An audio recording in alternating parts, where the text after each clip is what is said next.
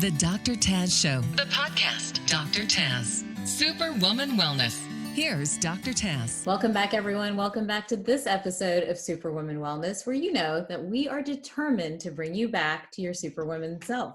Joining me today is a fellow Georgian. So excited to have her on the show. We have people from all over the world, but to have someone from right here at home is a pleasure and an absolute treat. Dr. Anna Cabeca is an internationally acclaimed menopause and sexual health expert, a global speaker, and pioneering promoter of the women's health, and she is lovingly known as the Girlfriend Doctor. She is the Emory University trained and triple board certified in gynecology and obstetrics, integrative medicine, and anti-aging and regenerative medicine, and is the author of the best-selling book, The Hormone Fix, a diet and holistic lifestyle program for menopausal women, and new release, Keto Green 16, can't wait to hear about this, designed for improving energy, hormones, and rapid weight loss. She's reached hundreds of thousands of women around the globe, inspiring them to reclaim their optimal health and realize that they can journey to menopause and find more pleasure in their lives. Welcome to the show, Dr. Anna. Oh, thanks for having me, Dr. Taz. Great to be here with you. Well, it's a pleasure. I've seen some of your work as I have gone along my journey, and I've always wanted to connect. So to me, this is an incredible opportunity. Talk to us a little bit. We've all had our winding journeys into these fields of integrative and functional medicine. Talk to us a little bit about what landed you here, and then we'll jump into what seems to be near and dear to your heart, is journeying through menopause and making that just as successful and happy as the other chapters of our lives. Mm-hmm. Yeah, absolutely. So yeah, definitely a personal journey. I trained at Emory University, like you said, in there in Atlanta. And I thought I knew it all when I came to St. Simon's Island, Georgia, and actually McIntosh County, because I had National Health Service Corps scholarship.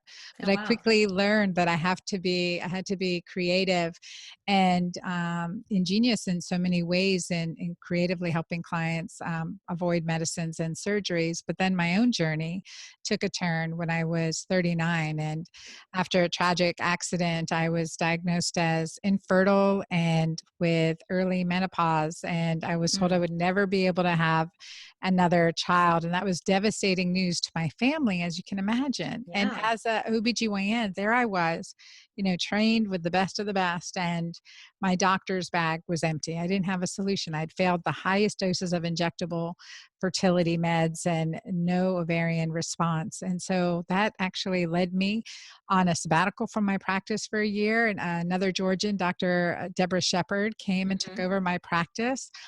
And I traveled around the world with my kids, homeschooled the two of my kids at the time. And I learned from indigenous healers and some of the world's leading scientists. And it was amazing. That entire journey was amazing. And just the fact that I actually homeschooled my kids, that was pretty amazing. And I said I would never do it again. I'm trying to listen to that with a straight face. I've all our children are home right now. Mine are 11 and 12, and they're here. And just the little bit of trying to intervene and supervise and direct is not going that great. I've got to be honest. So I don't know how the ones are doing it that have little ones at home and they're trying to get them to follow through. But anyhow, yeah, I can imagine that must have been a journey. Yeah, exactly. And so, but I totally empathize with teachers at this time. Oh my gosh, I'm so grateful for all the teachers. So that journey that I took, and the discovery process and learning more of the earth's healing foods and just ways and practices, I reversed my early menopause, Dr. Taz. So that was amazing, because we don't talk about that, right? In medicine, we're like, okay, you're menopausal, early menopause, infertile, you're done, right? What's our next intervention? And so I did reverse my early menopause. And then at age 41, I conceived and delivered a healthy baby girl. Her name's Ava Marie. Yes. So now again, homeschooling a 12-year-old. She's doing more homeschooling herself. Wow. That's what's happening here. Trust me. That's exactly what's happening here. It's like, it's a free for all. Good company. I know.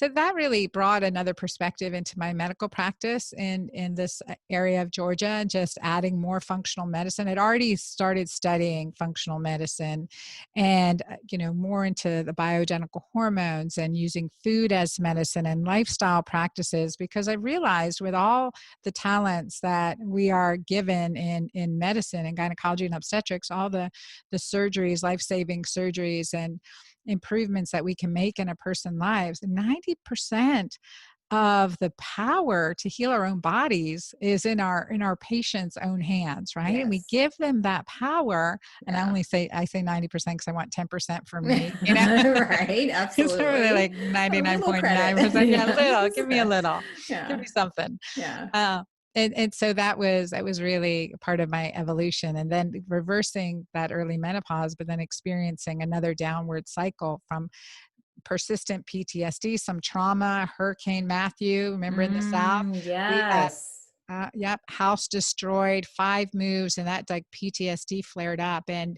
I was just spiraling down again. And so that's where not just was I spiraling down, but I was experiencing the same thing. Our patients come in and they say, Dr. Hannah, I'm gaining 5, 10, 20 pounds and I'm not doing anything different, right? We hear that all the time. And we're like, yeah, sure, right? Mhm. No, but absolutely. So humbly, that happened to me. And that's where I developed my keto green approach and what I'm so passionate about, because it gave me not just back a slimmer figure, but clarity and peace, the peace that, surpasses all understanding, to gain Right. that groundedness despite nothing in my external circumstances had changed. I was still, a single mom with, at that point, teenagers and a young one Mhm. in school, and none of that changed. But being able to be centered, calm, empowering physiology and hormone balance through nutrition and lifestyle factors, that was so empowering. And that's why I'm like shouting from the rooftops, you can do it, you can do this, this is a good stage of life to be in.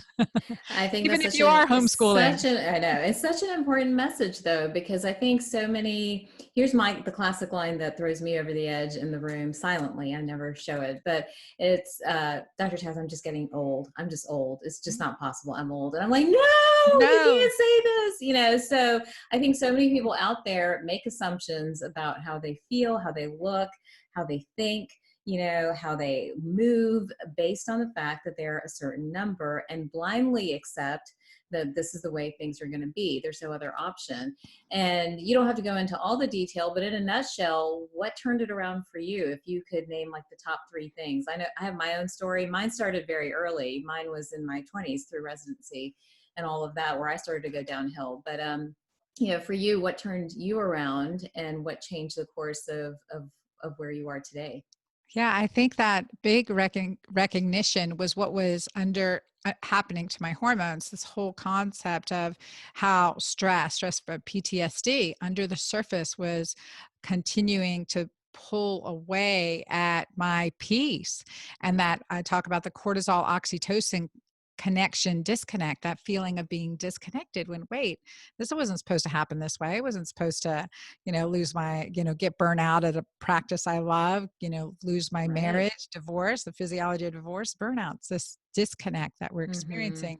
For me, the aha moment was really when I started what I say is just shifting so that I empowered my physiology, this keto green shift or keto alkaline shift. This, what I recognized is in this transition, especially in this perimenopause time period, that we're experiencing this flux of hormones, that our major hormones, insulin, cortisol, and oxytocin, really are governing our body's physiology and affecting our estrogen, testosterone, and progesterone, right?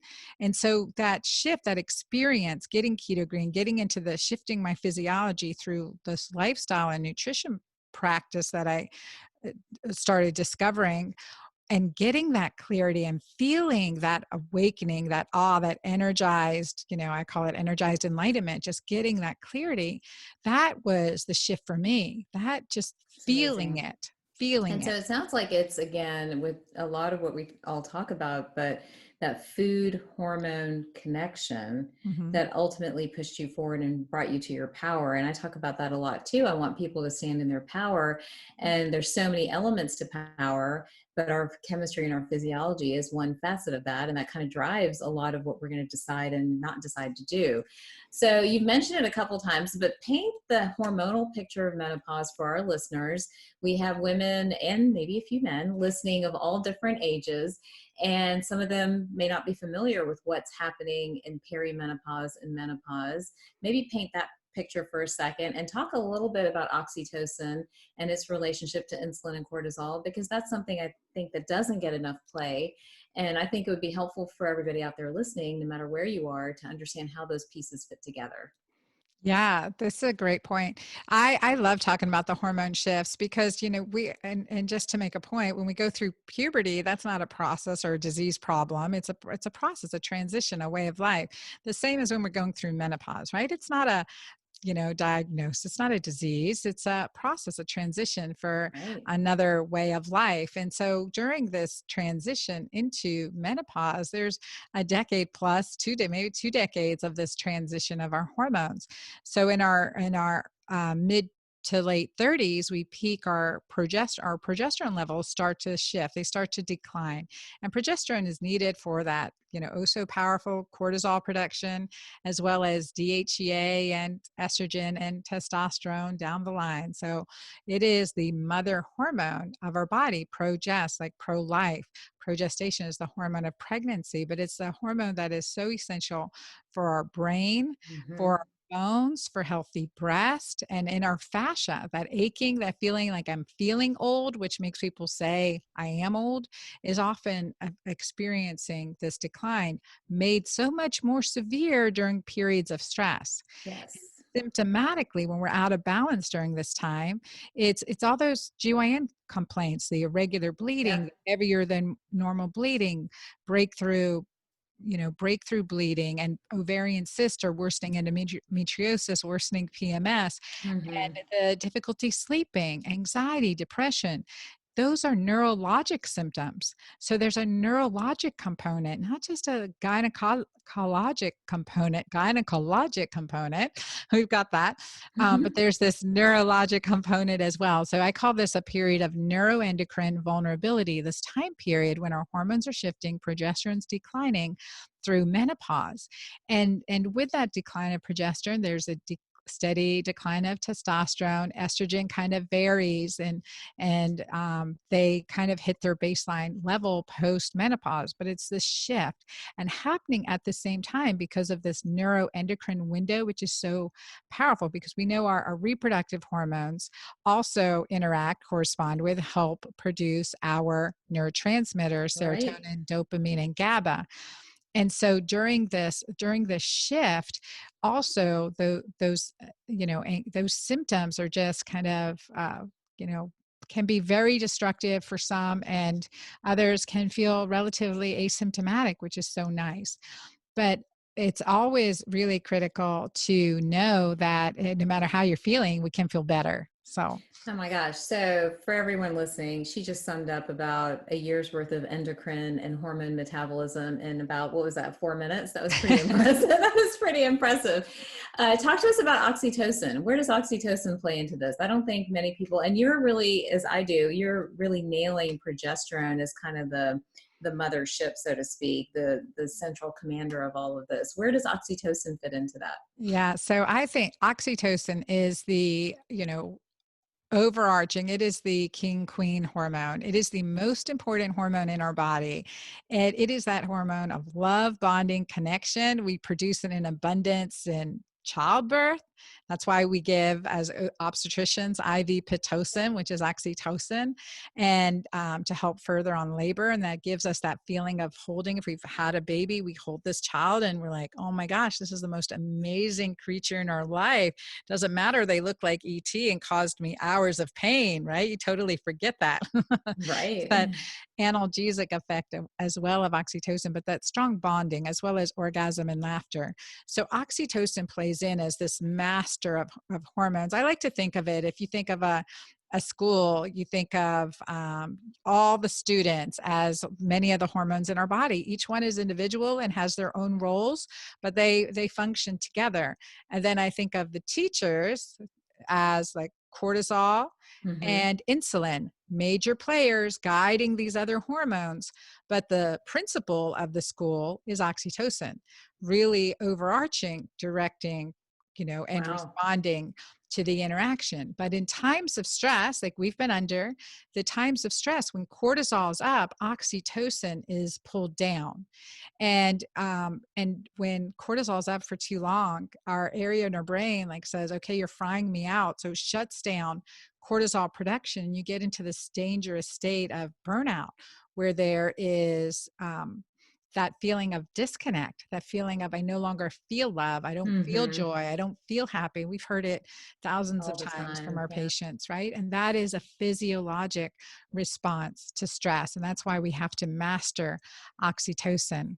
Do you supplement or give oxytocin to patients? I have, certainly, especially in clients with trauma. I initially started with sexual health and mixed results. Right. But definitely, as I started to see at Emory, we have a saying, the eyes don't see what the mind don't know. Mm-hmm. And when I started to see it in myself, how I understood, how did this happen? How did I feel this way when, our full intentions were to maintain our marriage, to retire my Right. medical practice when I'm Right. 80, right? Right. So how did all this happen? So when I started to dig into the physiology, that's when I recognized, and I saw it everywhere.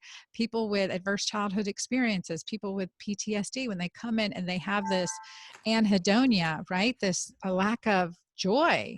And I start, well, when did you have trauma, or what stress are you under? What's going on? Maybe chronic everyday stress or a post-traumatic stress can cause this. And this is where the most powerful thing is to, master oxytocin. That's why gratitude journaling, positive thinking, getting out in nature, doing things you love, having fun, laughter, funny movies, playtime activities, all those things, massage, facial, sex, all of those things increase oxytocin naturally. Having a pet, great, Mm-hmm. great way to Wow. increase oxytocin. But occasionally, for the right client, especially some of my female physician docs leaving right now the ER and heading home and Right. feeling so burnout, here is I would use a troche of oxytocin to just kind of help you. And it's perfect for a temporary fix, but not for long term, because we never want to suppress what our What we're brain's making. producing. So as a pulsatile use, as a PRN use, had some really good success with it that way in both men and women. Fascinating. So this hormone cycle for all of us, I think people don't realize, both men and women don't realize how powerful it is in directing how we feel and how we think and even some of the decisions we make. And would you attribute some of this to a lot of the divorces that you see and a lot of the, rash decision making that may happen at a certain age in both genders? Do you feel like this physiology shift might be partly responsible, because this is a common time period for couples? And I'm wondering how it's going in quarantine right now with so many people together and locked down. It may be working to their benefit, quite Mhm. honestly, but do you feel like that's a factor with a lot of relationships that start to wear away? Absolutely. Absolutely. When we're burned out, and I always tell clients when they come in and they're burned out and they want to make these major life decisions, whether it's divorce or whether it's, leaving your job, quitting. And I'm like, never make a major decision when your physiology is like this. Never make a major decision when your physiology is burnt out. Do all the self care first. So critical to do all this healthy self care first, and that will make a difference in your, that just will shift things. I do believe in the physiology of divorce, that this low cortisol, low oxytocin is something that we will see. And so opening people's eyes to it, to recognize that we can heal once we heal the physiology and continue to practice the disciplines that we know really work, that empower us, like to master oxytocin, to put oxytocin in the driver's seat, then that physiology will, that will improve. And then we can appreciate, relish, and joy, maybe reunite and reignite a relationship that was on the verge of breaking. So, in the process of correcting our physiology and trying to get us back on track as we're having all the shifting and changing, you discovered the keto green approach. So, tell us a little bit about that and how that made a difference in your life and what it could mean for somebody out there listening today. Yes. Well, I mean, it just made a tremendous difference in my life. So, as I had felt this experience of cycling down and that weight gain coming back up and just shifting to this very restricted low carb lifestyle, higher fat, more of keto eating, I experienced not so much keto flu, but keto crazy. I just was more irritable. And that you can't do that with teenagers in the house, for sure. Nope, it doesn't work. No. And that made me, look and say why. And that took me into my functional medicine roots. And I just started checking my urine pH, and I was as acidic as the urine pH paper would read. Now, at Mm. this point, I'm a single mom, taking care of, a girl in high school, a daughter in middle school, and a first grader, right? It Oh, was wow. crazy Yeah. transition time for them and me. And I'd been, everything that could be going wrong was going wrong at that time in my life. But I didn't understand that cortisol, oxytocin was really, PTSD was rearing its ugly head at that time as well. Mm. The perfect storm of the hormonal shift, the progesterone and our reproductive hormones decreasing, insulin and cortisol increasing, and that how everyday stress was really affecting me. But in my urine pH, there it was. I was as acidic, and we know high levels of cortisol will make your urine pH more acidic, which puts us at more risk for all the inflammatory conditions, Yep. osteoporosis, cancer, diabetes, high blood pressure, name it, right? And the opposite is true, shifting to more alkaline pH. So for me, that was an aha moment. That was an eye-opening moment. I just started adding in the alkalinizers. I started adding the dark leafy greens, the Swiss chard, good southern collards, and beet greens, another big favorite of mine. Mm. It's so nutrient dense, micronutrient dense, fiber rich, and very alkalinizing. And then other things like going out for a walk on the beach, and I could tell that I was just more alkaline all day. And combining that with ketosis at the same time and testing, urine test strips, just Mhm. checking for ketones, checking for pH, getting that combination of alkalinity and ketosis at the same time, it was like a cloud had lifted, the sky had opened, there were trumpets of angels, and Love it it. was so amazing. And I'd gone from like spiraling down to being able to, like lose the weight, feel better, get clearer. Nothing in my external circumstances had changed, but yet I had peace. And Mm. from there, it was like, I better relationships with my daughters, better decision making. I kept getting clearer and clearer. And you know how you trust your intuition Oh, more and yes. more.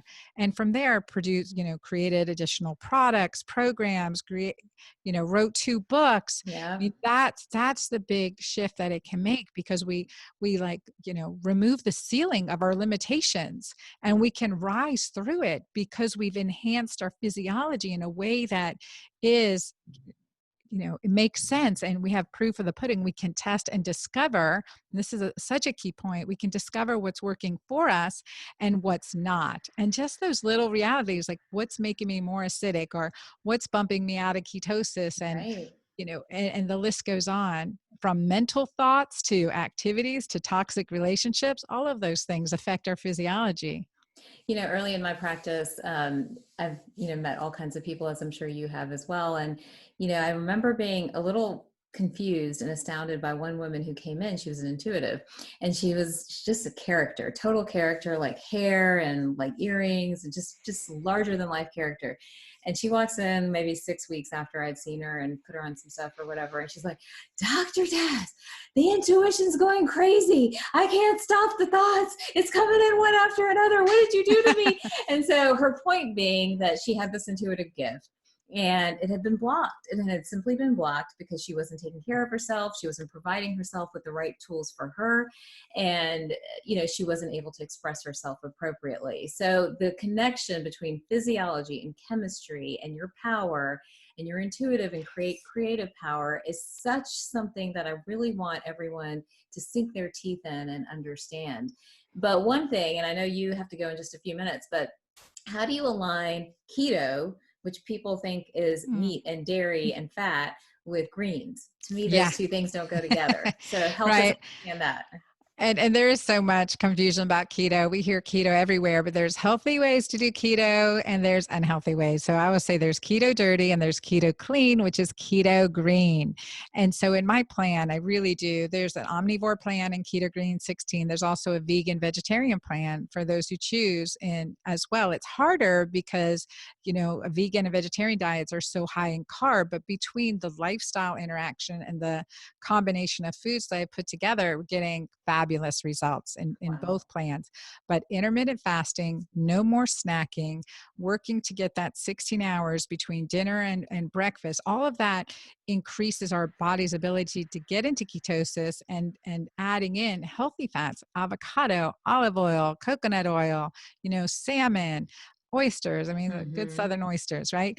All these really good, healthy foods that are beneficial, but the greens are important. We know for the support of our gut microbiome and estrobolome, right? For Yes. healthy estrogen detoxification, we need a good diversity of greens and fiber to help us, support our first line of defense, our bacteria within our gut to nourish that and create that microbial diversity that we know improves our immune system. So I think that's just really important. The combination is easy, and I don't make it hard because number one, I can't count calories, macros, and everything. We give those tools like a keto macro Right. calculator, being keto green, but I want people to visualize it's as simple as making a keto green smoothie a day and adding think of your plate, 75% of it with dark leafy greens, stir fried or raw if you can tolerate them, and a variety of healthy cruciferous vegetables like broccoli, cauliflower, asparagus, cabbage. I mean, who doesn't love some cabbage, Matt? Mm-hmm.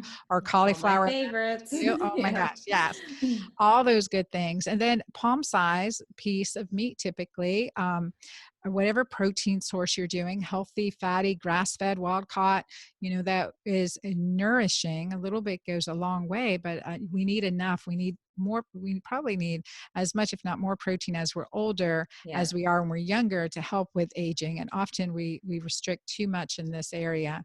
And then to be liberal with the fats, the olive oil, the nuts, the seeds, and avocado, that perfect fruit, gaining this variety. And that is a keto green plate.